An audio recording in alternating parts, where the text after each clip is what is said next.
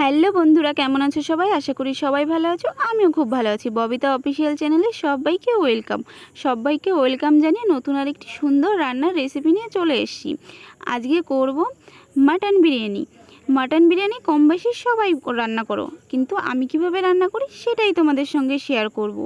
রেসিপিটা শেষ পর্যন্ত দেখতে থাকো। চলো রান্নাটা শুরু করা যাক। প্রথমে মাটনটাকে ম্যারিনেশন করে নেব। নিয়েছি প্রায় 1 কিলো মতন মাটন। ওর ভিতর প্রথমেই দিয়ে দেব বেশ খানিকটা টক দই। আর এখানে পেস্ট করে রাখা পেঁয়াজ, রসুন, আদা, শুকনো লঙ্কা সমস্ত কিছু আমি একসঙ্গে পেস্ট করে নিয়েছি। সমস্ত মশলাটাকেই দিয়ে দেব। দিয়ে বেশ খানিকটা সরিষার তেল দিয়ে দেব। দিয়ে হাত দিয়ে ভালো করে মেখে কিছুক্ষণ ঢাকা দিয়ে রেখে দেব। এদিকে দেখো, আমি আগেই ভাতটা বসিয়ে দিয়েছিলাম। ভাতটা প্রায় হয়েও গেছে। আর এদিকে করব পেস্টটার জন্য পেঁয়াজ কুচিয়ে নিয়েছি, সেই পেঁয়াজটাকেই ভেজে নিচ্ছি। এখানে ভাতটা আমার হয়েও গেছে।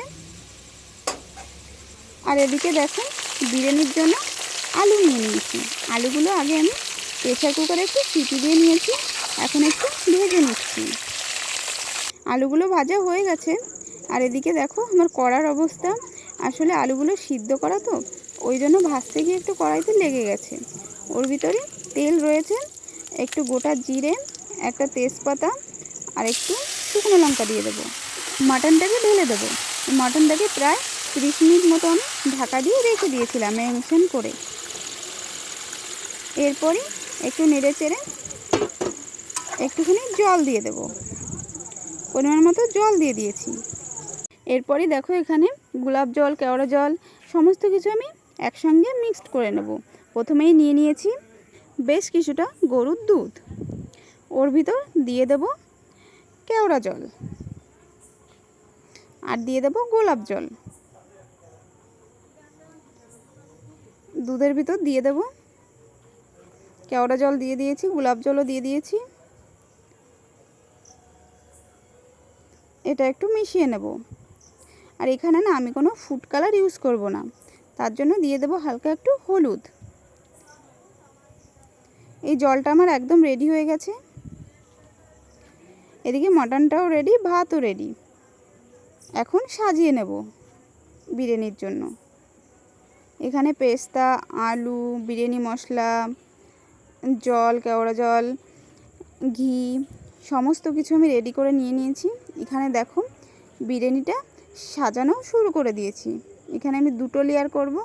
আমার একটা লেয়ার দেওয়া হয়ে গেছে, আর একটা লেয়ার দিচ্ছি। আলু সমস্ত কিছু এখানে দিয়ে দিচ্ছি। এখন মটনটাকে দিয়ে দেব। সবাই আমার ভিডিও দেখছো কিন্তু কেউ সাবস্ক্রাইব করছো না, প্লিজ সবাই একটু সাবস্ক্রাইব করে দাও আমার চ্যানেলটাকে। এদিকে দেখো আমার বিরিয়ানিটা প্রায় সাজানো কমপ্লিট। এখন আমি ঢাকা দিয়ে দেব।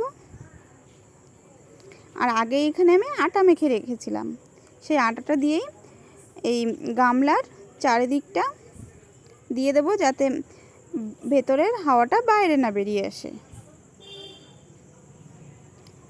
এখানে 30 মিনিট মতো দমে বসিয়ে দিয়েছি। এখন দেখো আমি খুলে দেখাবো। এই দেখো বন্ধুরা, আমার বিরিয়ানিটা কত সুন্দর দেখতে হয়েছে। দেখো বন্ধুরা, মাটন বিরিয়ানি আমার একদম রেডি। প্লেটে নিয়েও নিয়েছি। আর বিরিয়ানিটা দেখেছো আমার কতটা ঝরঝরে হয়েছে। দেখতে না যতটা সুন্দর হয়েছে, খেতে তার থেকে অনেক বেশি টেস্টি হয়েছে। বন্ধুরা, তোমরা একবার হলেও বাড়িতে এইভাবে মাটন বিরিয়ানিটা ট্রাই করতে পারো। একদম অল্প তেল ঝাল মশলা দিয়ে বিরিয়ানিটা আমি করেছি ঘরোয়া পদ্ধতিতে। খেলে কোনো ক্ষতি করে না। আমার ভিডিওটা ভালো লেগে থাকলে like, comment, share and subscribe করে দিও। দেখা হচ্ছে অন্য কোনো সুন্দর একটি ভিডিওয়। বাই।